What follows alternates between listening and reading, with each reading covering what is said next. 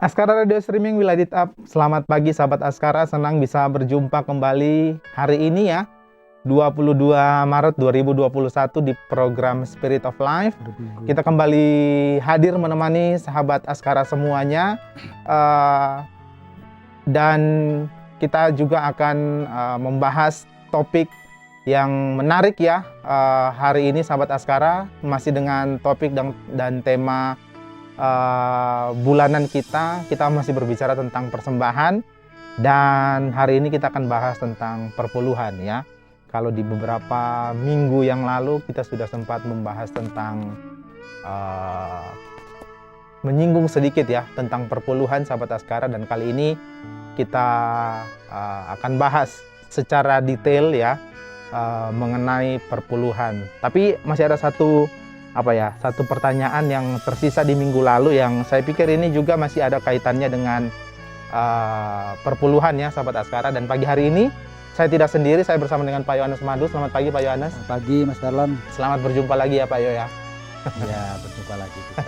Berjumpa lagi bersama dengan sahabat Askara semuanya yang mendengarkan melalui aplikasi, yang mendengarkan melalui yang mendengarkan melalui Askara Channel maksud saya di YouTube, kemudian juga yang mendengarkan melalui Facebook, untuk teman-teman juga yang mendengarkan melalui Radio Mercy FM Soe, untuk daerah Soe dan sekitarnya. Selamat pagi, selamat bergabung juga. Kita akan berbicara tentang perpuluhan pagi hari ini. Namun sebelumnya kita akan berdoa terlebih dahulu, nanti Pak Yohanes akan pimpin kita dalam doa. Tuhan, kami menyerahkan perbincangan kami pada hari ini, biarlah berkat Tuhan dilimpahkan di tengah-tengah hidup kami, dan kami boleh menikmati kebaikan-Mu dan menikmati segala kuasa-Mu di tengah-tengah hidup kami. Mohon berkat-Mu untuk acara ini dalam nama Yesus. Amin. Amin. Baik, Pak Yohanes, kalau kita bicara tentang perpuluhan, kita akan melihat juga nanti sejarahnya pastinya ya. Di sana sudah nanti kita akan dijelaskan oleh Pak Yohanes sebenarnya dari mana sih, kenapa asal muasal ada yang namanya persembahan persepuluhan gitu ya. Ada persembahan persepuluhan. Tetapi kalau kita berbicara tentang memberi yang terbaik seperti yang kita bahas beberapa minggu yang lalu gitu ya Pak Yohanes, ada satu pertanyaan yang cukup penting juga ya untuk kita bahas ya. Bagaimana dengan orang yang berkekurangan gitu ya, dalam artian miskin gitu ya, miskin atau tidak berkecukupan lah istilahnya ya, tidak berkecukupan, bahkan untuk makan hari itu aja harus mikir dan lain sebagainya. Bagaimana dengan mereka ini Pak Yohanes? Apakah mereka juga diwajibkan untuk memberi persembahan atau seperti apa? Sebelum kita ke sejarah perpuluhan nanti Pak Yohanes. Ya, ini sudah tahun 2022 ya. Ya. Kita masih membahas tentang persembahan, ya, persepuluhan, karena ini berarti kan hal yang penting ya. Betul. Dalam kehidupan kita. Sudah bertahun-tahun ya. Ya, jadi hidup orang Kristen itu tidak bisa dipisahkan dari yang namanya persembahan. Apalagi gereja itu tidak bisa, tanda petik ya, tidak bisa beroperasional apabila jemaat tidak kasih persembahan. Oke. Kira-kira Mas Telang setuju nggak? Saya sangat setuju. Kalau jemaat tidak kasih persembahan, semuanya cuma ibadah saja, habis itu nggak kasih persembahan. Kira-kira jemaat bisa, apakah gereja itu bisa beroperasional atau tidak kira-kira? Ya menurut saya tidak. Kenapa Mas nggak bisa? Karena juga menurut saya dalam pelayanan itu ya kita butuh juga yang namanya dana.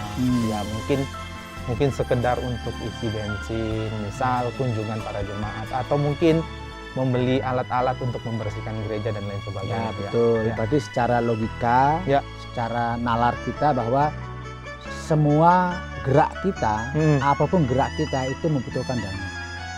Ya betul. Betul ya. Ya saya setuju. Mas Telang sampai di sini kan butuh dana juga. Betul. Ya kan? Saya nggak perlu dana, saya jalan kaki, nanti keringetan beli minum. Otomatis semua yang bergerak itu selalu ada cost. Ya. Ada dana, termasuk gereja. Dia membutuhkan cost, dia membutuhkan dana, sejumlah dana untuk mengoperasikan gereja itu sendiri. Karena gereja itu kan tadi dibilang harus dibersihkan, ya kan? Harus ada kosternya. Kalau nggak bisa koster ya paling gembala sidang lah dengan keluarga yang masih tinggal situ, atau anak muda yang tinggal di gereja membersihkan gereja, kan itu otomatis gitu ya. Tapi kalau udah bersihin gereja kan tidak mungkin lah orang tinggal di situ tidak dikasih minum. Ya, Nah, betul. pastilah ada teh lah paling tidak, itu ada uang juga. Nah sekarang kalau jemaat sepakat sudah saya tidak akan beri persembahan, tapi dia ibadah di situ. Nah kira-kira menurut Mas Velan itu masuk akal apa tidak? Dia ibadah di situ, dilayani di situ, dia bisa duduk dengan baik, dengan nyaman. Bahkan ada, katakanlah ada beberapa gereja itu pakai AC, tapi ada beberapa gereja dia pakai kipas angin, tapi ada listrik kan. Nah, ada yang harus dibayar. Harus dibayar kan. Iya. Otomatis kan. Kita pakai yang minim saja lah, gereja nggak pakai listrik, nggak pakai apa, tapi kan perlu disapu. Betul. Nah, Perlu dibersihkan itu kan gitu ya. Dibersihkan. Supaya nyaman juga beribadah. Ya, kita nggak bicara mengenai pendetanya harus digaji dulu. Kita katakanlah yang paling minimal. Operasional Paling minimal Iya. itu harus dibayar. Nah, kalau sudah dibayar, berarti kan kalau pertanyaan tadi apakah orang yang miskin, yang berkekurangan itu wajib memberi? Ya menurut saya wajib memberi. Okay. Karena kan memberi itu kan beberapa waktu lalu saya katakan tidak didasarkan kepada jumlah kan. Betul. Tapi dasarkan kepada kerelaan. Kembali lagi ke sana. Ya, kerelaan dan dia merasa juga memiliki gereja itu gitu loh maksudnya. Ketika kita menjadi anggota gereja, maka kita memiliki gereja itu sendiri, kita juga bertanggung jawab terhadap kebersihannya kan. Kalau ada beberapa gereja dia harus menyewa kan, karena tidak ada tempat dia harus sewa, dia harus dibayar juga. Kan nggak bisa bilang ya itu terserah gembalanya lah. Pokoknya terserah dia gembalanya yang gembala yang ngatur lah udah. Atur saja. Nah, justru ada jemaat itu tujuannya supaya kita bisa urun gitu loh, urunan atau memberikan kontribusi. Berarti kesimpulannya bagaimana dengan orang yang kekurangan? Apakah mereka harus juga memberi? Harus memberi. Karena yang saya bilang tadi logika berpikir itu kita nggak berpikir jumlah, tetapi dia memberi keikhlasan seberapa yang mereka miliki, yang mereka ada, dia berikan kepada gereja. Sama dengan janda miskin itu kan. Dia memberikan dari apa yang ada. Nah, kalau kita kaitkan sekarang dengan pertanyaan ini, apakah orang berkekurangan harus memberi? Mungkin saya tanya sekarang Mas Velan, apakah orang berkekurangan juga harus memberi perpuluhan? Nah ini. Kalau memberi tadi sukarela kan orang misalnya kasih seberapa. Tapi kalau sudah dibilang perpuluhan, mereka ini kan kerjanya katakanlah kalau kita pakai orang yang kerja yang tidak jelas ya tanda petik ya. Penghasilannya tidak menentu ya. Tidak menentu karena cari hari ini habis hari ini. Betul. Contohnya dia kerja serabutan, dia kalau cuci baju orang atau dia kerja bangunan.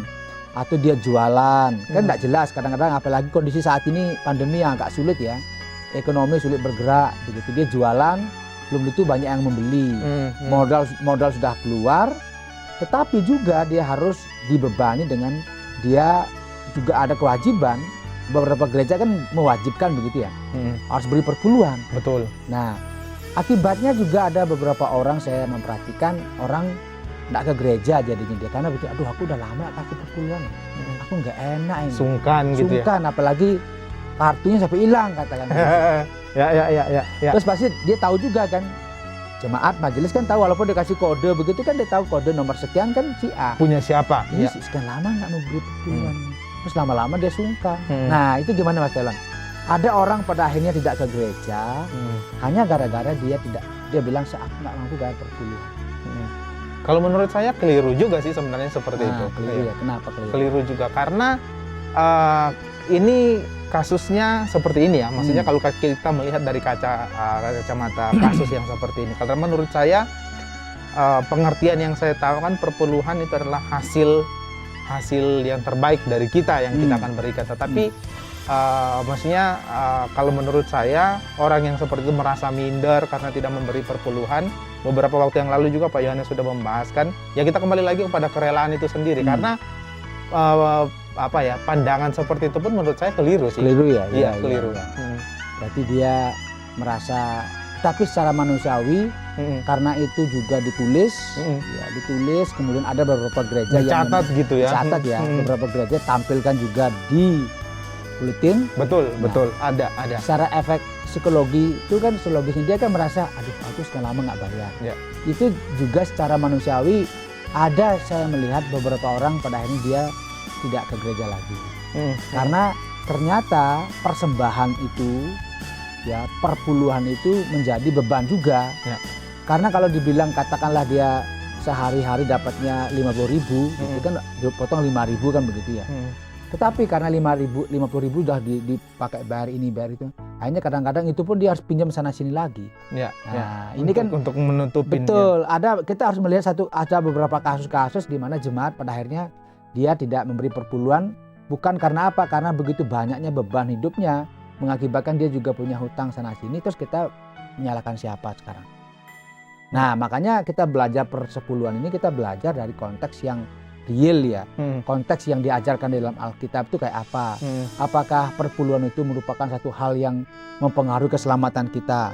Apakah perpuluhan itu mempengaruhi kita? Kan ada orang masuk surga atau tidak? Ya gitu betul. Orang bilang kalau nggak bayar perpuluhan Anda nggak masuk surga. Pernah mendengarkan? Pernah mendengarkan? Ya, nah ini kan menjadi apa ya? Akhirnya itu dipakai. Kayak momok gitu. Momok itu akhirnya dipakai oleh orang-orang lain yang itu menggunakan bahwa ternyata menjadi Kristen itu bebannya berat. Betul. Padahal orang Kristen hidup dalam kasih karunia. Ya. Kalau dia masih dalam proses hukum Taurat, memang diwajibkan dia karena hukum Taurat. Kamu harus begini. Detail itu diatur. Kalau kamu gini, kamu salah, harus begini. Nah, itu pun mengakibatkan orang juga secara beragama itu menjadi ada tekanan tanda petik ya. Karena ada kewajiban-kewajiban. Nah, kalau perpuluhan itu merupakan sebuah kewajiban, mau nggak harus dibayar. Dan kalau dia tidak membayar, itu ada beban moral dalam dirinya, itu akan mempengaruhi juga keimanannya dia. Mengapa? Karena dia merasa aku nggak mampu. Ya. Tetapi kalau kita bilang, Mas Yon bilang tadi, kalau kita dapat 50, ya 5.000 disisihkan. Itu kan simpelnya begitu kita bicara gitu. Ya. Tapi kalau kita berada pada posisi orang ini, dia dapat 50, padahal dia tuh pengeluaran sebulan tuh belum bayar anak sekolah, bayar listrik. Dia masih ngontrak Mas, masih ngontrak macam-macam. Dia harus bayar hutang karena ngontrak dia minjam dulu.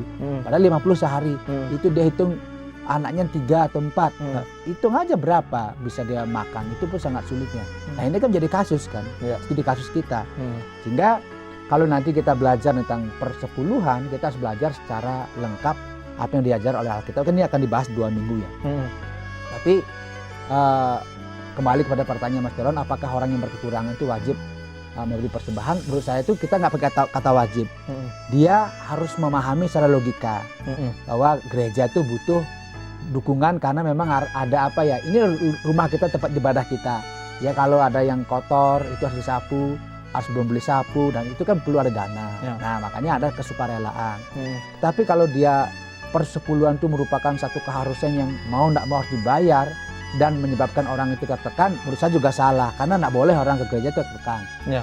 Nggak boleh orang datang ke gereja dengan beban yang berat. Tuhan bilang lah, marilah kepadaku semua yang letih lesu dan berbeban berat, aku akan memberikan kelegaan kepadamu. Nah sekarang datang gereja bebannya berat. Waduh aku belum bayar gini, belum uang pembangunan, belum bayar A, B, C, D. Akhirnya apa? Orang di beberapa gereja di Eropa, itu akhirnya orang keluar dari gereja karena mereka harus membayar dari uang itu tadi itu semacam pajak ya kepada gereja. Akibatnya dia kalau menjadi anggota harus sekian persen harus bayar ke gereja. Akhirnya banyak gereja di Eropa itu tidak ada jemaat. Karena mereka merasa berat. Harus dipotong besar tuh dia keluar. Mendingan tidak ke gereja. Nah itu kan gereja di Eropa itu kan bergabung dengan pemerintahan ya. Akibatnya itu diatur, regulasinya diatur. Jadi kalau menjadi anggota di sini dia harus sekian persen harus bayar ke gereja. Dan dia merasa mendingan makanya banyak uang itu udah kasih donasi seberapa yang bisa kepada pelayanan sosial dan sebagainya. Nah itu juga ada dampaknya. Tapi untuk di Indonesia itu tidak terlalu. Ya, makanya di Indonesia ini masih fleksibel begitu loh. Fleksibel. Kadang-kadang kalau orang nggak bisa bayar perpuluhan, ya sudah tidak ada sanksi. Kan gitu. Tapi dia hanya merasa nggak enak gitu saja. Tadi bilang Mas Dolan, ya kalau nggak enak, seharusnya nggak boleh begitu. Tapi namanya orang merasa malu tuh iya. Ya betul. Nah apalagi kalau sudah dicatat gitu ya Pak. Ya ditulis tuh nama kita dilihat. Si aku nggak ada ya. Tapi kalau pakai kode-kode yang tahu cuman gembala dan majelis. Yang mengeluarkan kode itu, tapi jemaat nggak tahu gitu. Tapi namanya di jemaat kan banyak yang kepo. Siapa ya? Apalagi kalau besar siapa sih nomor sekian dicari. Oh bapak ini gitu. Artinya berarti Pak Yohanes penting ya kesadaran yang Pak Yohanes bilang tadi ya. Betul. Ya kesadaran bahwa gereja tempat kita beribadah ini juga ada operasional yang secara real yang harus dikeluarkan gitu ya. Dan tapi kembali lagi kepada memberi persembahan itu artinya kita jangan pakai kata wajib ya, tetapi sesuai dengan kerelaan itu tadi ya. Jadi kerelaan itu tidak berbicara tentang jumlah ya, sekali lagi ya. tetapi keikhlasan di dalam dalam diri kita untuk memberi. Baik, terjawab ya Pak Yohanes ya. Oke. Pertanyaannya minggu lalu. Nah, sekarang kita masuk kepada perpuluhan atau sejarah persepuluhan. Iya, secara perpuluhan. Ini hal yang apa ya Pak Yohanes ya? Pak Yohanes bilang kita udah di tahun 2022 tetapi kita masih membahas tentang perpuluhan. Artinya ini merupakan hal yang penting. Hal yang penting. Tetapi hal yang penting itu pun kalau kita tidak tahu sejarahnya seperti apa, maka sia-sia juga kita memberi ya gitu ya. Sia-sia juga kita memberi atau sia-sia kita memberikan perpuluhan. Nah, seperti apa sebenarnya sejarahnya? Bagaimana kenapa sampai dibilang itu perpuluhan, persembahan perpuluhan, dan kenapa orang harus memberi gitu Pak Yohanes? Secara sejarah. Ya memang kalau lihat sejarah di dalam Alkitab kita kalau membaca kapan sih kata persepuluhan itu muncul. Dimulai ya. Nah, itu bisa kita lihat beberapa tokoh Alkitab itu memberikan persepuluhan, tetapi kenapa 10%? Nah, ini kalau kita memperhatikan memang tidak ada aturan. Tidak ada semacam kita tahu dari mana, tetapi yang kita tahu muncul begitu loh, 1/10 diberikan. Nah, coba Mas kalian baca di Kejadian 14 ayat 19 sampai 20. Oke. Kita akan baca di dalam Kejadian 14 ayat 19 sampai dengan ayatnya yang ke-20. Saya akan bacakan untuk kita semua sahabat Askara, bisa disimak. Melkisedek Raja Salem membawa roti dan anggur. Ia seorang imam Allah yang maha tinggi. Lalu memberkati Abraham, katanya, diberkatilah kiranya memberkati Abram, katanya, diberkatilah kiranya Abram oleh Allah yang maha tinggi, pencipta langit dan bumi. Dan terpujilah Allah yang maha tinggi yang telah menyerahkan musuhmu ke dalam tanganmu. Lalu Abram memberikan kepadanya 1/10 dari semuanya. Ya, ini kan itu munculnya Abram, itu kejadian ya. Di Kejadian. Abram itu tidak ada itu. Ya, di dalam persepuluhan tidak ada. Jadi kita melihat di sini ternyata 1/10 itu sudah dimulai zamannya Abram. Pertanyaannya dari mana Abram tahu 1/10? Nah, di Alkitab nggak dicatat itu. Tidak ada semacam, kita nggak boleh juga cari-cari ternyata terus kita bilang ada kok di Alkitab ya. Iya. Jadi Alkitab ini cuma menulis di Abram itu ketika dia habis berperang, dia menang, biasanya kan pada masa itu siapa yang menang dia berhak mengambil jarahan begitu ya. Ya, mengambil barang-barang, harta benda semua. Dari semua yang diperoleh itu 1/10 diberikan kepada Melkisedek. Dan Melkisedek pun muncul cuma sekali. Jadi dikatakan sebagai imam pada saat itu, imam dari mana kita nggak tahu juga di sini. Tapi dikatakan imam memberkati dia, kemudian membawa roti dan anggur. Berarti di sini kan dia Raja Salem atau Raja Damai. Membawa roti, anggur, dia seorang imam Allah yang maha tinggi. Memberkati Abram, langsung Abram memberikan ini kepada Melkisedek ini. Nah, ini kan berarti kalau kita bicara mengenai kapan dimulai 1/10 itu yang kita bisa tahu apa yang tertulis dalam Alkitab. Jadi ternyata Abram itu sudah memulai. 1/10 diberikan. Pertanyaannya kenapa 1/10? Kenapa enggak 1/5? Ya. Atau 5%? Kenapa enggak 2%?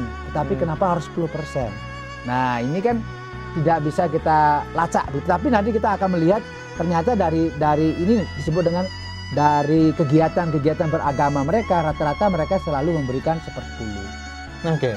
Itu rata-rata mereka berikan, berarti itu kan ada semacam apa ya? Ada kebiasaan ya. Sehingga itu nanti kita membaca selanjutnya bahwa itu juga terjadi. Nah, sekarang yang lainnya juga kita lihat dari Kejadian 28 20 sampai 22 silahkan. Oke, Kejadian 28 ayat 20 sampai dengan ayat yang ke-22. Sahabat Askara juga bisa simak, saya akan bacakan buat kita. Lalu bernasarlah Yakub, jika Allah akan menyertai dan akan melindungi aku di jalan yang kutempuh ini, memberikan kepadaku roti untuk dimakan dan pakaian untuk dipakai sehingga aku selamat kembali ke rumah ayahku, maka Tuhan akan menjadi Allahku dan batu yang kudirikan sebagai tubuh ini akan menjadi rumah Allah. Dari segala sesuatu yang engkau berikan kepadaku akan selalu kupersembahkan 1/10 kepadamu. Nah, juga sama kan? Lagi ya? Lagi. Jadi Abram, aku tak kasih 1/10. Kemudian Yakub juga bernasar. Kalau dia kan pada waktu itu kan ada masalah dengan Esau. Karena dia mengambil hak kesulungan. Dia takut, wah ini Esau saya bisa dibunuh nih. Dia pergilah melarikan diri. Nah, ketika melarikan diri dia udah khawatir, ini saya bisa selamat apa tidak. Bernasarlah dia. Kalau saya selamat, saya bisa balik ke rumah ayah saya, maka saya berjanji, saya selalu apa yang akan saya dapatkan itu, saya akan berikan 1/10 dari Tuhan, ya. apa yang saya terima kepada Tuhan. Nah, dari dua tokoh ini aja kita melihat kalau Abraham ini kan memberi cuma sekali gitu loh. Ya, ya, ya. Sekali pada habis jarahan begitu, dia berikan 1/10, sudah tidak ada lagi cerita diberikan persepuluhan. Ya, ya. Kalau Yakub ini dia bernasar, kalau saya selamat, nanti saya berikan 1/10. Bahkan dibilang sini, kepadamu akan selalu kupersembahkan 10 kepadamu. Jadi dari segala sesuatu yang engkau berikan kepada aku akan selalu kupersembahkan 1/10. Berarti dia sebenarnya 1/10 itu dari dua tokoh ini itu kan sebenarnya nasar pribadi ya. Ya, ya, ya. Jadi nasarnya si Yakub, kemudian keputusannya Abraham. Dan itu pun muncul sekali.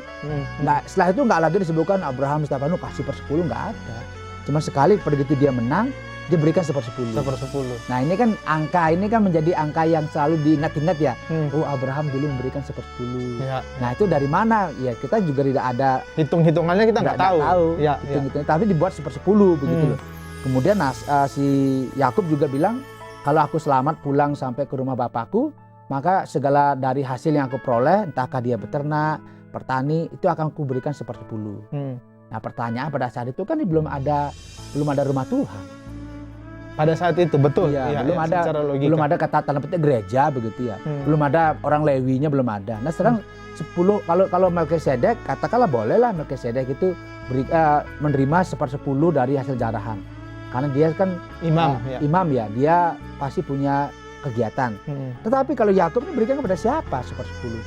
Berikan kepada Tuhan. Nah, bentuknya 1/10 beri kepada Tuhan itu gimana? Bentuk kan? pemberian. Berarti kan dia misalnya punya 10 ekor, anaknya 10 gitu, diambil satu lah yang sulung begitu, atau gimana? Kan ada juga buah sulung dia berikan yang 1 ekor begitu, kemudian itu dipersembahkan kepada Tuhan. Ini loh saya kasih 1 gitu. Nah, tetapi kan tidak ada seperti gereja saat ini kan. Semua hasil itu bawa ke gereja gitu loh. Nah, nanti kita akan pelajari itu. Dari dua tokoh ini kita belajar sebenarnya 1/10 itu adalah sesuatu yang memang komitmen pribadi begitu. Komitmen pribadi yang memang dia sendiri bernasar. Kalau Yakub itu bernasar. Pokoknya kalau saya selamat ya Tuhan, aku sekarang kan lari dari rumah keluargaku.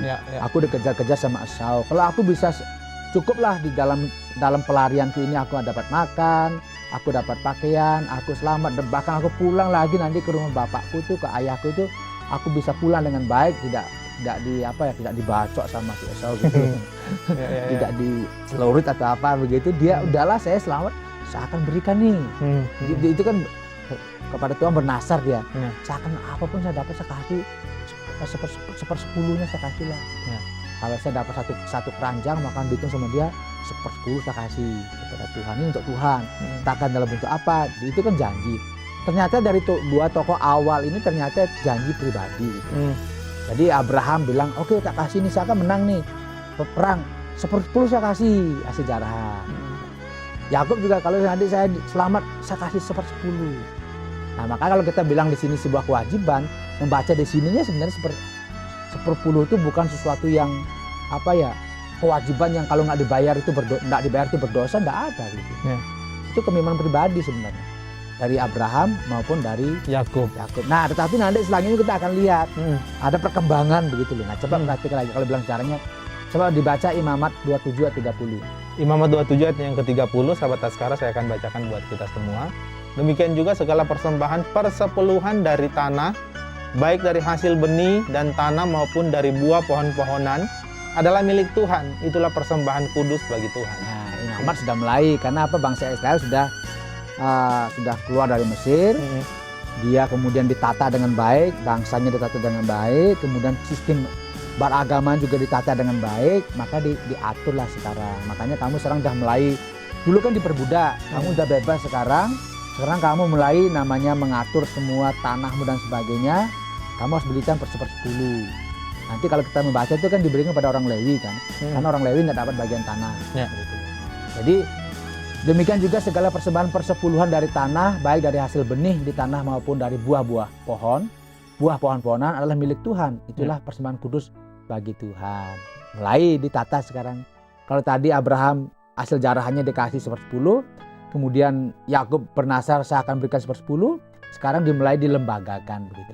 Ya. Dilembagakan sekarang pada masa itu dilembagakan orang itu harus memberikan persepuluhan dari hasil tanah. Artinya pada masa ini Bait Allah sudah ada, Pak Yohanes? Belum ada Bait Allah ya? yang besar. Itu kan Bait Allah itu dibangun pada zamannya Salomo kan. Oke. Pada masa itu kan mereka punya kemah kan. Perkemah itu mereka hanya bawa tabut perjanjian begitu loh. Oke. Tabut perjanjian itu yang melayani di sana itu yang harus ada membakar ukupan.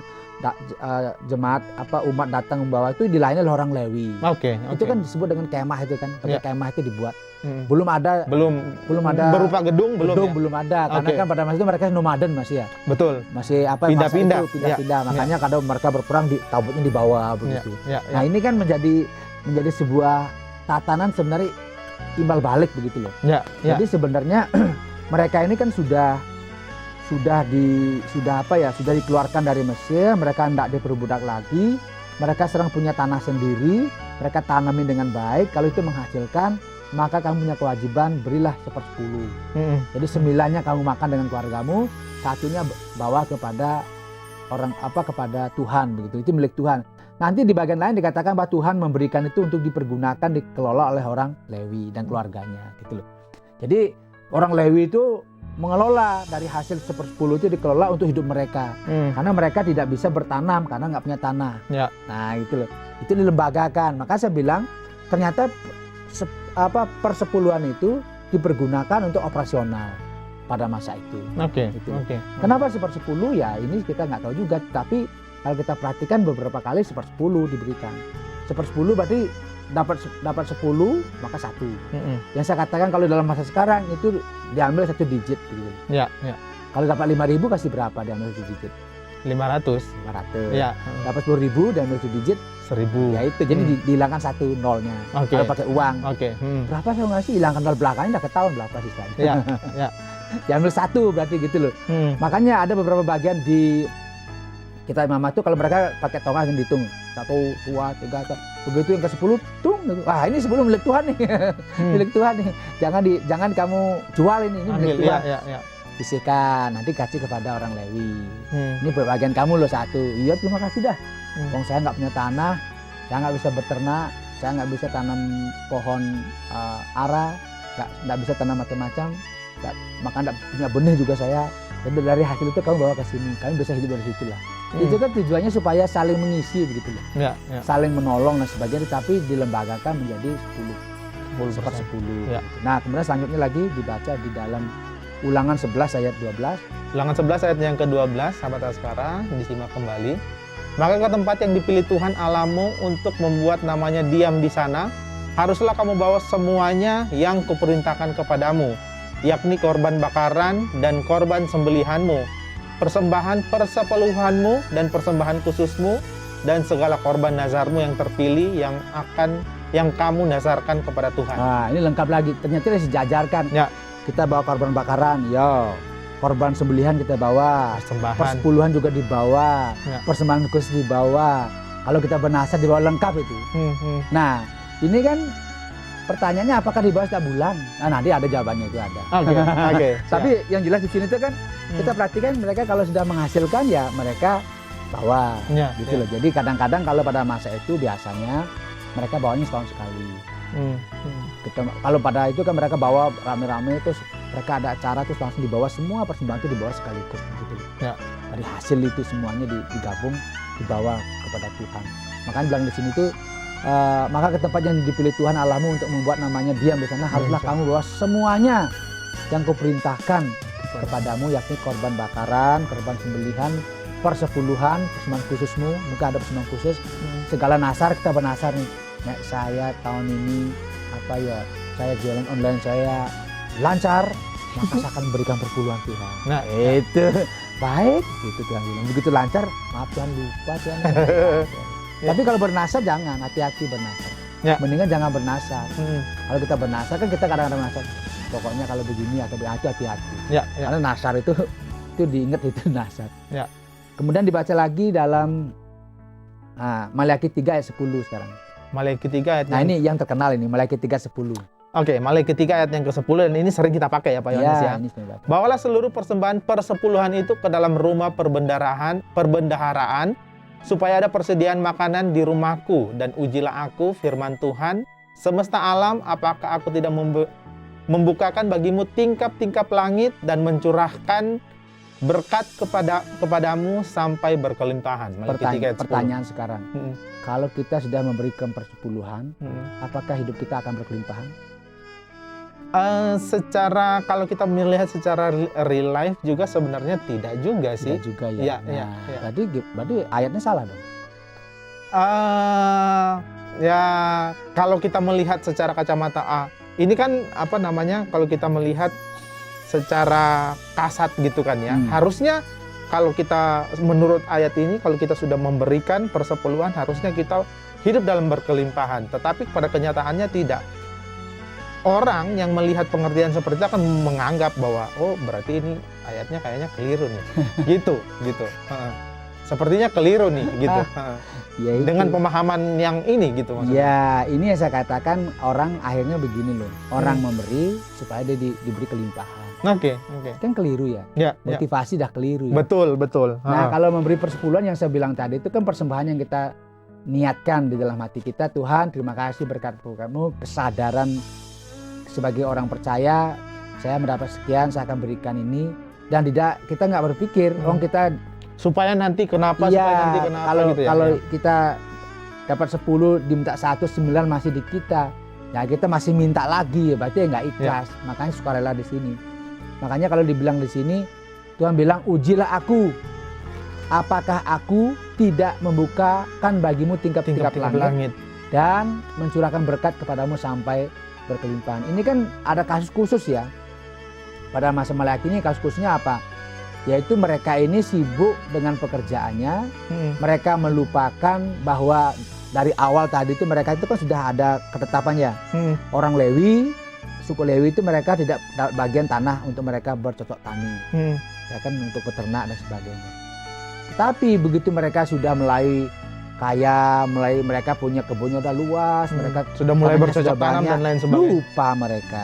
Makanya Tuhan bilang, kamu ini keliru gitu loh. Kamu itu menipu Tuhan lah. Bagaimana kami menipu Tuhan ya?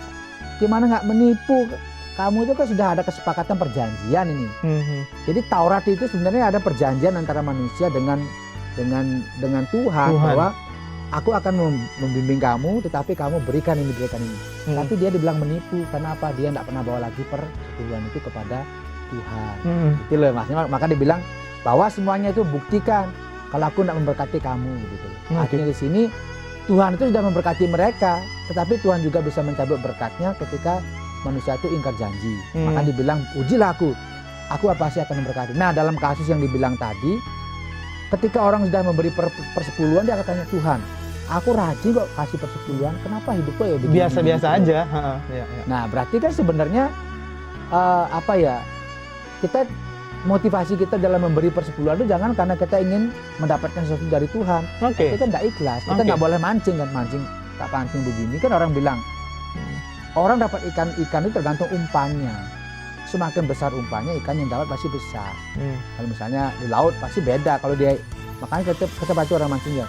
Kalau dia mancing ikan yang besar pasti umpannya gede ya. Tongkol apa tuh yang gede-gede dikasih dilempar, itu pasti yang gede makan. Tapi kalau kecil, pasti ikan kecil yang makan. Itu nggak mungkin yang besar. Nah kan kita nggak bisa, saya akan berikan persepuluhan, berarti saya klaim oleh Tuhan. Kalau Tuhan tidak memberkati, saya akan buktikan sekarang. Nah, ini kan hitung-hitung dengan Tuhan. Kan?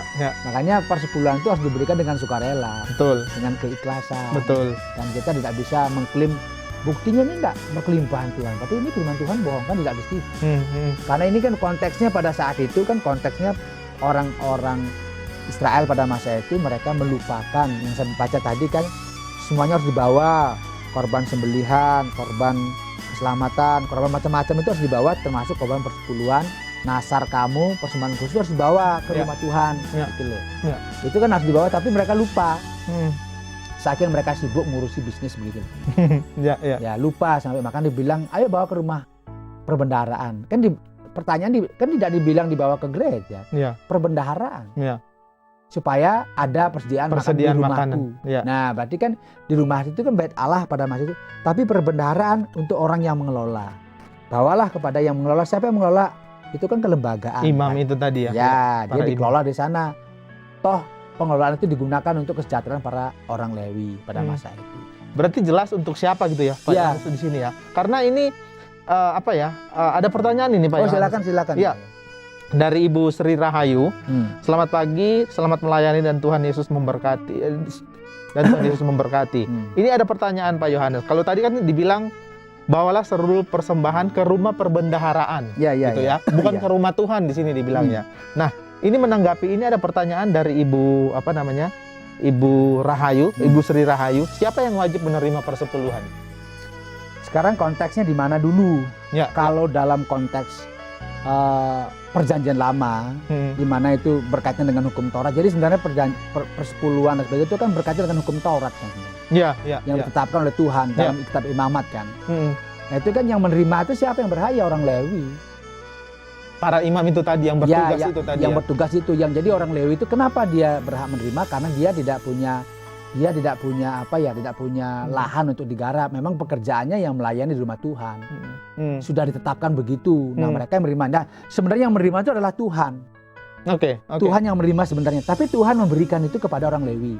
Ada ayatnya itu. Jadi bawalah itu diberikan itu milikku, kudus. Tetapi aku memberikan kepada orang Lewi sekarang ini persepuluhan ini kamu bisa gunakan, kamu kelola untuk kamu gunakan. Karena kamu memang tidak ada kerjaan yang lain selain kerjaannya yaitu mempersembahkan korban, membakar ukupan. Itu kan giliran mereka. Nah, kamu tidak ada kerjaan lain. Kalau yang lain itu kerjaannya apa? Itu bertani dan sebagainya atau beternak. Tidak ada pekerjaan itu orang Lewi di situ. Mereka kerjaannya apa? Kerjaannya hanya untuk untuk melayani di rumah Tuhan pada masa itu. Pada masa itu. Karena umat akan datang. Nah sekarang kan di gereja tidak ada orang datang mbak kami di sini. Betul. Persembahkan kan tidak ada. Paling pelayanan yang diberikanlah firman. Ya. Gitu ya. Kunjungan ke rumah-rumah. Ya. Ke rumah. Kemudian kalau ada kedukaan, konsel dan lain-lain ya. Ya itu kan mereka melayani di situ. Nah itu kan sudah modern. Ya. Kalau itu karena kita bukan lagi pada hidup pada zaman Taurat kan. Tetapi untuk orang Yahudi pada masa itu mereka harus membawa persembahan kambing itu. Dan itu harus disembelih dan itu kan membutuhkan waktu dan membutuhkan membutuhkan energi dan makanya Tuhan bilang persembahan persepuluhan itu milik Tuhan. Itu diambil oleh Tuhan tapi dia kembalikan lagi digunakan oleh orang Lewi. Tuhan yang memberikan kepada orang Lewi itu kamu pakai itu bisa. Jadi Tuhan sudah menyetujui itu, di-approve sama Tuhan. Oke. Ini untuk saya sebenarnya tapi saya berikan untuk kamu pergunakan. Nah, kalau pada masa sekarang pertanyaannya apakah hamba Tuhan itu orang Lewi? Kalau kita melihat dari pekerjaannya dan apa yang dilakukan menurut saya ya mereka pelayan ya. Pelayan bukan orang Lewi karena orang Lewi itu kan suku. Betul. Nah, berarti kan kita melihat pekerjaannya sekarang. Pekerjaan yang dilakukan oleh orang itu dia mempersembahkan dirinya, dia tidak punya pekerjaan lain, tanda petik loh. Dia hanya melayani di rumah Tuhan, mendoakan jemaat dan sebagainya. Dia punya hak menerima perpuluhan. Tetapi gereja-gereja tertentu itu kan persepuluhan itu kan bukan berarti haknya gembala sidang. Tapi persepuluhan itu dikelola di dalam rumah perbendaharaan itu. Ya. Jadi dikelola di sana bukan hak mutlak pokoknya ini punya saya. Seluruhnya gitu. Tidak, bukan. Ya. Nah, itu kalau lihat di sini kan dia ditata lagi kalau beberapa gereja itu dipergunakan di gereja, toh nanti uang yang ada itu juga dikembalikan lagi untuk perawatan gereja. Kalau ada jemaat yang sakit itu dikunjungi menolong membantu mereka. Artinya tidak semua mutlak itu milik gembala sidang ya Pak? Ya, karena tadi dibilang di sini dikelola dalam perbendaharaan. Ya, ada rumah perbendaharaan. Ya. Supaya ada persediaan makanan. Nah, kata persediaan makan di sini jangan sampai orang yang melayani tidak makan begitu loh. Ada persediaan. Nah, kata persediaan juga di sini berarti bahwa persediaan makanan itu bicara mengenai pada masa itu bahwa orang Lewi itu tuh jangan sampai mereka mengalami kesulitan, kelaparan karena mereka tidak punya apa-apa. Mereka tidak punya usaha sampingan, karena petik itu loh. Nah, mohon maaf ya, sekarang kan ada beberapa orang memang kan di samping belanja gereja dia juga punya toko. Ya, betul. Betul. Malah uangnya banyak. Itu kan ada beberapa ya silakan masing-masing. Tetapi memang ada juga hamba Tuhan yang memang dia tulus, tanda petik tulus itu dia pokoknya aku melayani saja. Aku nak mau kerja sampingan. Nah, itu kan berbeda gitu loh. Ya. Jadi betul-betul dia hidupnya dari apa yang diberikan. Ya, nah, dari persepuluhan itu tadi maksudnya. Persepuluhan dan persembahan yang lainnya. Ya. Dan itu pun sekarang tergantung kalau jemaatnya banyak mungkin yang masuk banyak. Tapi kalau jemaatnya cuma 5 orang ya bisa dihitung. Ya, Apalagi penghasilan di desa itu kan sebulan cuma 550, kadang-kadang sebulan cuma dia dapat 250.000. Padahal kebutuhan dengan anak 3-4 tidak cukup. Ya. Akhirnya nyambilah dia bekerja lain. Kan begitu sebenarnya. Ya. Nah dari sini kita melihat sebenarnya persepuluhan itu adalah diberikan kepada Tuhan. Tetapi Tuhan memberikan persepuluhan itu dikelola di dalam perbendaharaan itu untuk dipergunakan oleh hamba-hamba Tuhan yang melayani sana. Karena gereja-gereja kan kadang-kadang ada mahasiswa praktek. Betul. Gitu ya. Ada pemuda-pemuda yang memang membantu di sana, itu kan dipergunakan itu. Yang penting mereka melayani dalam sana gitu. Ya. Termasuk juga untuk membantu diakonia, membantu orang yang sakit, kunjungan sebagainya, itu kan perlu bensin, perlu dana. Nah itu dari mana dananya? Nah dari persepuluhan itu diberikan. Tetapi pertanyaan sekarang bukan di situ pertanyaannya. Persepuluhan itu kan orang tidak boleh katakan pokoknya kalau kamu tidak memberi persepuluhan, kamu mencuri milik Tuhan, itu juga keliru. Ya. Salah. Karena apa? Bagaimana kita mencuri milik Tuhan? Itu kan dibilang itu semacam keikhlasan kita berikan. Apapun yang diberikan dengan sukacita, dengan ikhlas, itu lebih membawa berkat. Tapi kalau kita dalam tekanan memberi, mendingan jangan memberi. Betul. Karena kita akan menjadi nggak sejahtera. Betul. Kita ngomong, wah aku di perpuluhan, aku nggak dikunjungi. Itu kan persoalan lagi nanti. Aku udah kasih perpuluhan, kenapa hidupku nggak tetap susah begini? Aku juga sakit gitu. Artinya jangan begitu. Ketika kita bawa persepuluhan itu berikan dengan ikhlas, sudah berikan sudah. Oke. Tapi kalau kita tidak, katakanlah aku nggak cukup ini, aku belum bisa kasih perpuluhan, jangan merasa berdosa juga. Ya. Ini kan bukan hukum Taurat lagi. Ya. Karena perjanjian baru itu sudah Tuhan genapi, seluruhnya digenapi oleh Tuhan, kemudian kamu hidup dalam damai sejahtera. Makanya nanti kita akan lihat, ternyata di dalam perjanjian baru itu Tuhan Yesus baca aja tidak pernah dia menekankan persepuluhan. Tapi yang ditekankan adalah bagaimana kamu memperhatikan orang lain, bagaimana kamu hidupmu itu selalu yang kuat menolong yang kuat menolong yang lemah. Itu yang ditekankan, bukan jumlah lagi. Ternyata yang ditekankan itu bukan jumlahnya lagi, tetapi hidupmu dulu kamu serahkan ke Tuhan. Lebih besar lagi sebenarnya. Dulu kan ada orang bilang begini, perpuluhan itu adalah tongkat. Karena belum bisa berikan hidupnya untuk Tuhan, sudah kamu belajarnya kasih 10/10 dulu kamu belajar. Bisa nak kamu beriman kepada Tuhan? Karena memberi kepada Tuhan itu sebenarnya sedang beriman kepada Tuhan, Pak. Jadi kalau orang memberi dalam kekhawatiran, jangan memberi, nanti kita akan bersungut-sungut. Betul. Karena ketika kita memberi, kita beriman, Tuhan akan memberkati kita. Betul. Tuhan akan memelihara kita itu dengan iman gitu loh. Kalau iman kita belum kuat ya jangan coba-coba, nanti kita malah gerundel sendiri. Ya. Kalau gitu nggak kasih perpuluhan. Betul. Sekarang jadi begini, malah ribut di rumah. Tidak dengan keikhlasannya. Jangan, kita beri doa ini Tuhan. Oke, saya percaya Tuhan, sudah beri, sudah. Jangan dipikir lagi, sudah. Saya berikan. Itu kita jangan pikir untuk gereja, saya berikan untuk Tuhan. Saya belajar melakukan apa yang Tuhan perintahkan. Nah, di situ harus belajarnya beriman begitu. Makanya pertanyaan Ibu siapa itu Rahayu ya? Ya, Ibu Sri Rahayu. Pada siapa kita beri ya pasti berikan kepada Tuhan. Tetapi Tuhan itu mempercayakan sekarang persembahan kita berikan itu dalam rumah perbendaharaan. Perbendaharaan di mana? Ya berarti kalau gereja ya oleh bendahara yang mengelola kan. Itu dikelola secara organisasi. Ya. Itu loh. Hati-hati jangan sampai persepuluhan itu kita salah gunakan. Itu juga hati-hati, itu milik Tuhan itu. Itu berhadapan dengan Tuhan. Kalau kita berikan sesuatu, kemudian gembala sidang menyalahgunakan apa yang diberikan itu, berarti dia sedang berhadapan dengan Tuhan. Ya. Itu lebih berat lagi kasusnya. Oke.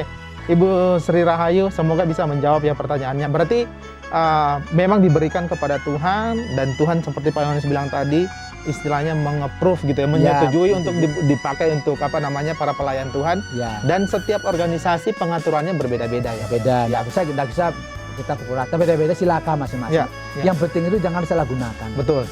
Kalau digunakan untuk pelayanan, berkunjungan boleh. Tapi jangan digunakan, wah ini keperluan. Saya ganti mobil terus ya itu sudah salah lah. Jemaat yang susah kok. Ganti mobil terus nggak boleh. Kita harus peduli dengan jemaat kita. Betul. Tidak perlu kalau kita lihat jemaat yang agak kesulitan, mereka kita subsidi silang lah. Kan karena berkat ada ini, yang besar pasti memberi banyak kan. Nah, ini nggak bisa kasih terus ya. Kita kasih subsidinya apa? Kita kasih beras, kita kasih minyak. Saat ini kan minyak sulit kan, kita kasih oke lah. Ini berkat Tuhan, saya kelola sekarang. Saya akan berikan kepada beberapa rumah tangga yang memang dia kesulitan dalam hal ekonominya, kita bantu. Bahkan bisa, tanda petik pun bisa kasih modal usaha untuk mereka, bisa sebenarnya. Karena yang penting untuk pelayanan begitu loh. Tapi bukan untuk pengertian untuk bisnis, tidak. Yang sampai dibungakan juga masalah. Nah ini banyak uang nih sekarang. Yang mau pinjam silakan, bunganya 10%, masalah gitu. Nggak boleh. Oke. Nah, gitu. Baik, Pak Yohanes, ini masih ada 3 pertanyaan. Oke, silakan. Menarik ya ini ya pertanyaannya dari Magda. Saudari atau ibu kali ya ini ya, Magda. Apakah boleh perpuluhan kita diberikan pada anggota keluarga yang membutuhkan? Nah sekarang begini. Ya. Ini bacanya ada bacaannya sebenarnya. Oke. Bacaannya ada ya. Kita baca ayatnya ya. Ya. Lukas 11, 10, 42. Oke, kita akan baca di dalam Lukas 11 ayat yang ke-42 ya. Benar ya Pak Yohanes? Ya betul. Lukas 11 ayat yang ke-42. Tetapi celakalah kamu hai orang-orang Farisi, sebab kamu membayar persepuluhan dari selasi, ingu, dan segala jenis sayuran. Tetapi kamu mengabaikan keadilan dan kasih Allah. Yang satu harus dilakukan dan yang lain jangan diabaikan. Nah ini kan ada di sini kan. Ya. Jadi ada dua sisi ya, yang ini hampir sama. Jadi orang Farisi dikecam, dia rajin kasih perpuluhan. Bahkan ada bagian dibilang, kenapa kamu nggak rawat keluarga kamu gitu? Saya dapat kasih untuk Tuhan ini. Kamu keliru, salah di situ. Kamu bilang memberi untuk Tuhan, tapi kamu mengabaikan belas kasihan dan keadilan. Ini kan ada keluarga yang harus dirawat begitu loh. Makanya jangan berbicara kalau nggak kasih perpuluhan kita akan menjadi orang yang tidak masuk surga. Karena Tuhan melihat di sini jangan mengabaikan keadilan. Yang terpenting belah sini ya, baca pasal Matius 23 di belakang sini. Tetapi yang terpenting dalam hukum Taurat kamu abaikannya itu apa? Keadilan dan belas kasihan dan kesetiaan. Kamu abaikan. Apa itu keadilan? Apa itu belas kasihan? Masa kita nggak berbelas kasihan kepada keluarga kita yang sakit? Saya maaf ya, saya nggak bisa nih mengobati ibu lagi nih. Ibu ini susah, nggak bisa. Karena sudah saya kasih ke gereja nih. Kan saya lebih penting. Itu keliru juga, nggak boleh begitu. Karena Tuhan itu sebenarnya bukan nuntut di situ. Aku nggak nuntut belas persembahan kamu loh. Aku nuntutnya itu kamu tuh memiliki belas kasihan. Oke. Ketika kita memberikan perpuluhan pun dengan belas kasihan gitu loh. Harus dengan belas Kita kasihan. tuh ada tapi kita nggak mau melihat banyak hamba-hamba Tuhan di gereja itu mereka itu kesulitan, kesukaran, kita tidak memberi juga salah. Tetapi sisi lain juga kita punya keluarga itu sudah terlantar dan sebagainya, kita juga dengan bangga bilang oh tidak, karena saya sudah memberikan kepada Tuhan semuanya. Itu bukan urusan saya, itu juga salah. Maka pertanyaan tadi dibilang apakah boleh, itu tidak boleh juga kita katakan aku nak kasih kepada Tuhan, aku memberi kepada sini saja, itu juga tidak boleh begitu. Karena kan kita harus jujur di sini kan. Gitu kan. Kalau kita tidak memberikan kepada Tuhan, kita bilang Tuhan, aku apa yang ada aku kasih persepuluhan, tapi aku gunakan untuk membantu ini keluarga aku sedang dalam keadaan gini. Itu enggak, Tuhan juga bilang ada belas kasihan di sini. Gitu loh. Tetapi jangan terus-menerus begitu. Sudah baik, sudah sehat dan sebagainya, kita bilang tetap aja saya gunakan lain, juga keliru.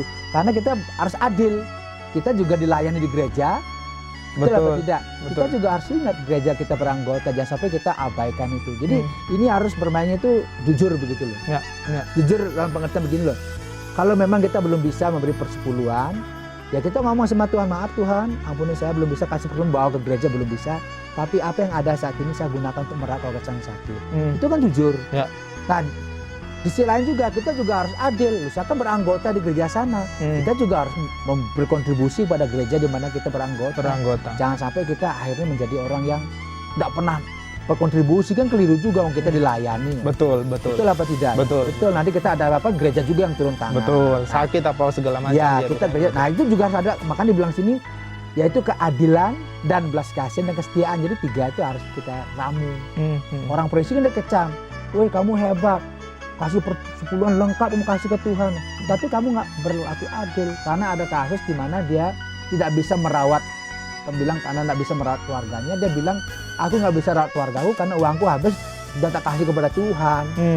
Gitu kan keliru juga itu. Betul. Berarti nggak adil dan belas kasih nggak muncul. Tetapi jangan bilang aku nggak kasih persembahan kepada Tuhan karena aku habis untuk ngurusi keluargaku, juga keliru. Kita kan beranggota. Nah itu loh. Jadi makanya harus diimbangkan di sini.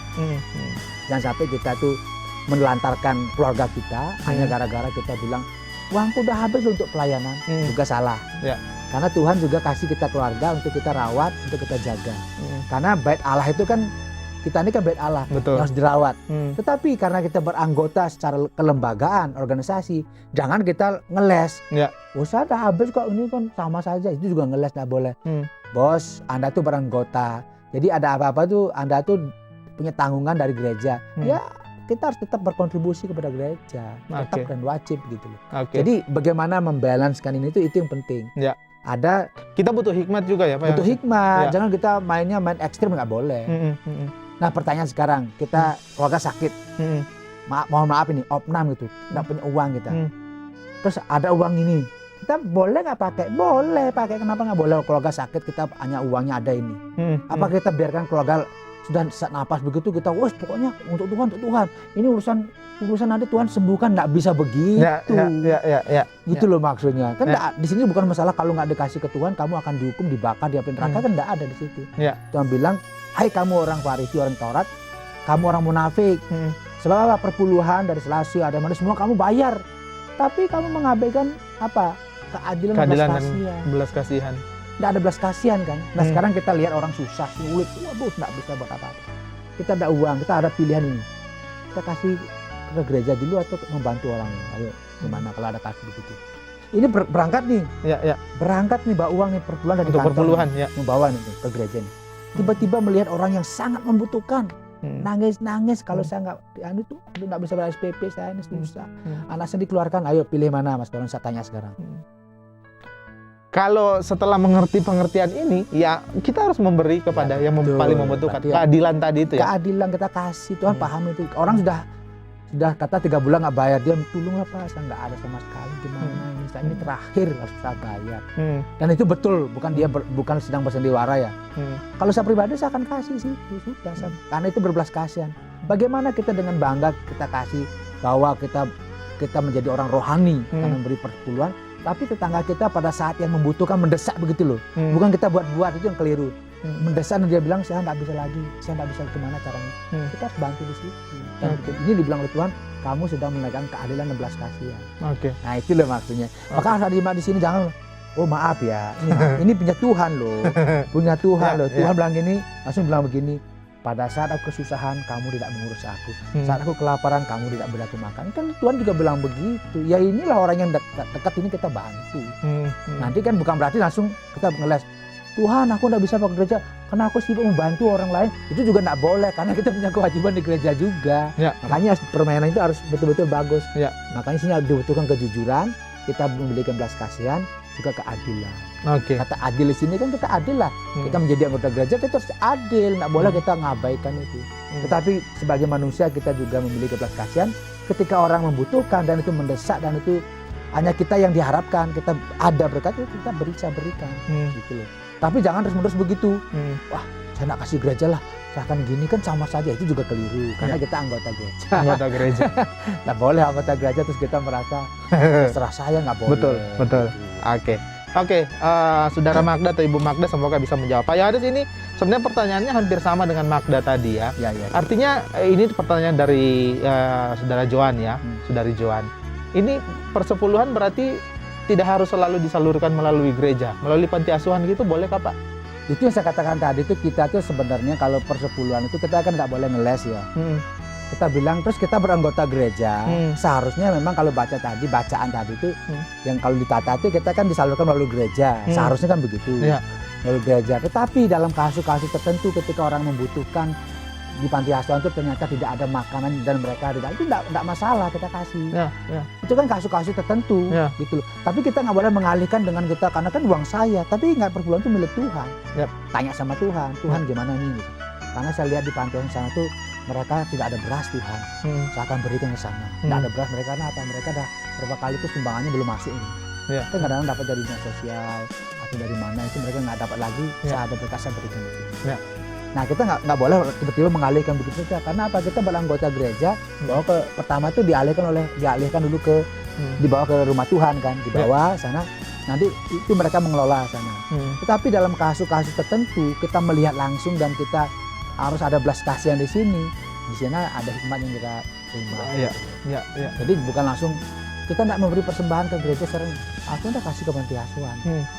Nah pertanyaan saya, apakah itu salah? Saya bilang nggak salah juga di situ karena dia memberi. Tapi kita ingat kita anggota gereja, kita harus tetap mensupport gereja kita. Mungkin sekarang kita nggak butuh, tapi suatu saat pasti butuh gereja kita. Betul. Mau nikah, memang yang nikahkan siapa? Ya gereja. Ya. Maaf ini kalau kita ada macam hal-hal yang nggak kita ingin, siapa yang turunnya? Gereja yang turun. Lebih dulu, ya. Gereja. Makanya kita namanya itu disebut dengan kita anggota gitu loh. Kecuali kita nggak punya keanggotaan gereja loh, Mas. Aku nggak punya anggota gereja, bebas aku. Ya silakan gitu loh. Ya. Sampai saya pernah dulu begitu ya. Ada orang yang model begitu nggak pernah mau beranggota apa. Terus kita bingung semua. Ada maaf ini, dia ada kedukaan. Terus bingung yang ngurus siapa? Bingung. Dicek semua, tidak ada beranggota dia, Pak. Terus gimana? Ya sudahlah, kita belas kasihan, kita aja merawat. Akhirnya kan begitu jadinya. Mau nggak mau kan gereja yang turun. Pemerintah pun tanya, ini orang Kristen, berarti anggota, berarti gereja yang harus turun tangan. Nah ini nggak bisa. Makanya ada hikmat, perpuluhan itu adalah milik Tuhan. Perpuluhan itu digunakan untuk operasional gereja juga. Tetapi dalam sisi-sisi tertentu harus ada belas kasihan. Ketika kita melihat sesuatu yang menurut kita itu kita digerakkan oleh Tuhan, kita beri ke sana, kita beri, tidak apa-apa. Jangan merasa berdosa. Waduh, aku berdosa nih. Jangan, kita berikan. Dan itu kita bertanggung jawab gitu. Bukan untuk kita, perpuluhan ini kan saya juga lapar nih, saya akan habiskan untuk makan, ya itu kan hawa nafsu. Betul. Artinya juga, saya setuju juga tadi Pak Yohanes bilang bahwa ketika kita mau memberi perpuluhan itu kita harus selalu tanya Tuhan ya, libatkan Tuhan, dan Tuhan pasti kasih hikmat kita pasti ya Pak. Kasih hikmat dalam kondisi tertentu begitu loh. Karena kita nggak boleh nutup mata begini loh, terus kita nggak mau tahu yang keadaan sekitar kita. Karena ada kadang-kadang Tuhan izinkan terjadi sesuatu dan kita lah yang bisa menolong dia. Ya, kita bisa gunakan dana itu, bisa berikan. Dan itu menurut saya tidak salah, karena memang di Alkitab tidak ada. Itu kan tata gereja yang sudah dibuat di Alkitab kan tidak pernah. Bahkan baca aja perjanjian baru, nggak ada diajarkan persepuluhan perjanjian baru loh. Semuanya diajarkan tentang bagaimana kita melakukan keadilan, kesetiaan, bagaimana kamu itu saling menolong. Bahkan di dalam gereja mula-mula mereka itu menjual tanah itu untuk supaya mereka yang lain itu bisa hidup. Itu kan belas kasihan. Bukan bicara mengenai, bahkan Rasul Paulus tidak pernah bicara itu. Dia bilang tidak pernah persepuluhan, dibicarakan per pemberianmu. Kalau kamu pemberianmu akan diterima berkenan kepada Tuhan apabila kamu beri dengan sukarela dan apa yang ada padamu. Nah, itu tidak lagi perpuluhan. Bukan lagi perpuluhan. Tetapi kalau gereja mau pemberian ya tadi. Pemberian. Kalau gereja mau menggunakan perpuluhan karena dia mengambil dari kita melati, ya silakan saja. Tidak apa-apa, karena itu kan bagian dari Alkitab. Tetapi jangan dijadikan semacam hukum. Kalau kamu nggak beri perpuluhan, ingat ya, 3 kali nggak beri perpuluhan, saya pecah jadi anggota, kan masalah.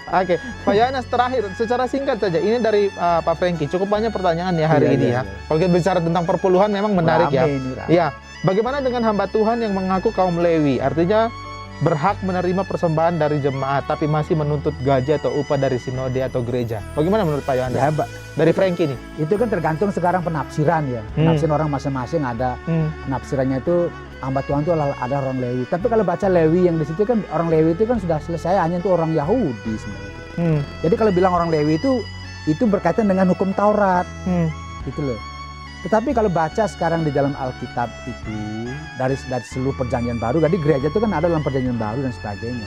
Itu kan semua sudah dilembagakan, sudah diatur semuanya. Udah diatur dalam lembaga ya. Sudah diatur, bahkan Rasul Paulus pun memberi begitu. Dia malah nggak minta itu Rasul Paulus. Rasul Paulus kurang apa? Dia orang Yahudi. Dia nggak minta. Aku nggak minta kok. Aku malah bekerja. Malah seluruh persembahan yang diberikan kepada Yerusalem. Jemaat yang saat itu ada di situ, dia berikan ke situ persembahannya. Bahkan persembahannya diberikan kepada janda-janda dan sebagainya. Tidak ada dibilang ini hak saya, nggak bisa. Tapi pada masa orang Lewi, karena orang Lewi saat itu tidak bekerja, mereka itu tidak punya lahan untuk digarap. Mereka Tuhan bilang, persembahan untuk aku, tapi aku berikan kepada kamu untuk kamu kelola, gitu loh maksudnya. Itu pun tidak boleh mengaku itu milik Tuhan, tidak boleh kita ambil. Bukan ini punya saya menuntut hak gitu. Boleh, karena memang bukan hak kita juga, bukan haknya orang Lewi. Sekali lagi kembali kepada organisasi masing-masing ya. Masing-masing silakan. Kepada organisasi masing-masing kalau memang mereka mau memberikan, yang mengatur sebenarnya mereka. Jadi kita sudah tidak punya hak lagi di sana. Pak Yohanes, kita udah ada di menit-menit terakhir ini ya. Seru ya kalau kita membahas tentang persepuluhan, dan jangan khawatir sahabat Askara, minggu depan kita akan bahas lagi ya. Dan kita akan tuntaskan, mungkin ada beberapa, sebenarnya kita di sini secara jujur ada 5 topik yang sebenarnya yang harus kita bahas ya. Dan 5 topik minggu depan. Ya, kita akan sambung minggu depan karena kita masih membahas tentang persepuluhan juga. Disiapkan pertanyaannya sahabat Askara, boleh di WhatsApp mungkin di 0852 777 56760. Dan kita akan akhiri kebersamaan kita pagi hari ini. Terima kasih Buat sahabat Askara yang sudah boleh bersama-sama mendengarkan, boleh dengarkan kembali nanti malam di jam 8 hingga jam 9. Yang terakhir mungkin Pak Yohanes ingin disampaikan kepada sahabat Ya, Askara. ini mengenai perpuluhan. Ingatlah perpuluhan itu di dalam perjanjian baru itu kita sudah hidup dalam anugerah. Ya. Karena itu jika kita mau memberi perpuluhan, itu berikanlah dengan iman, dengan sukacita, dengan keikhlasan. Ya. Tetapi kalau saudara belum merasa aku nggak mau memberi, Tuhan juga tidak akan hukum saudara di neraka. Karena itu kan kita sudah hidup dan penuh dengan kasih karunia. Bahkan bukan per-10 lagi kita memberi orang Kristen. Kita memberikan hidup kita untuk Tuhan. Oke, betul. Bukan lagi per-10. Jangan Betul. sibuk per-10-annya, kita berikan hidup kita untuk Tuhan. Nanti lebih. Berarti per-10-an itu adalah cara yang Tuhan ajarkan kepada kita bagaimana kita beriman kepada Tuhan. Oke. Kalau belum kita mampu melakukan, Tuhan juga tidak akan nuntut. Ya. Karena tidak akan dihukum. Karena di sini. berdasarkan kemampuan juga. Kita berdasarkan kemampuan dan berdasarkan kasih karunia. Ya. Jadi apapun kita persembahkan kepada Tuhan, persembahkanlah dengan sukacita, dengan sukarela. Kemudian ingatlah bahwa Tuhan itu memelihara kehidupan kita. Oke. Nah, kira-kira begitu. Oke.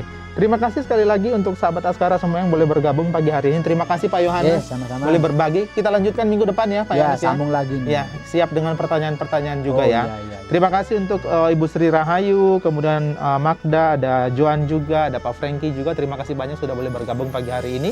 Kita akan berdoa mengakhiri kebersamaan kita. Pak Yohanes pimpin kita dalam doa. Tuhan, terima kasih untuk kesempatan kami berbincang tentang persepuluhan. Biarlah ini akan menolong kami, memberkati kami, bahwa Tuhan memberikan kepada kami kasih karunia untuk kami menerima keselamatan. Dan Tuhan juga mengajar kami untuk kami boleh mendukung gereja di mana kami berada, menolong orang-orang yang kesulitan, kesusahan, melalui berkat-berkat yang Tuhan percayakan di tengah-tengah kehidupan kami. Biarlah hati kami dengan sukacita boleh memberi, karena kami tahu bahwa pemberian yang diberikan dengan sukacita, Tuhan akan memberkati hidup kami. Terima kasih, berkati semua pendengar pemirsa kami pada hari ini, berkati semua kru YTWR Askara Radio Streaming, supaya diberkati oleh Tuhan. Dalam nama Yesus kami berdoa. Amin. Amin. Baik sahabat Askara, saya Ferlan Malanguna pamit undur diri. Saya Yohanes Madu. Selamat pagi dan Tuhan Yesus Tuhan Yesus memberkati.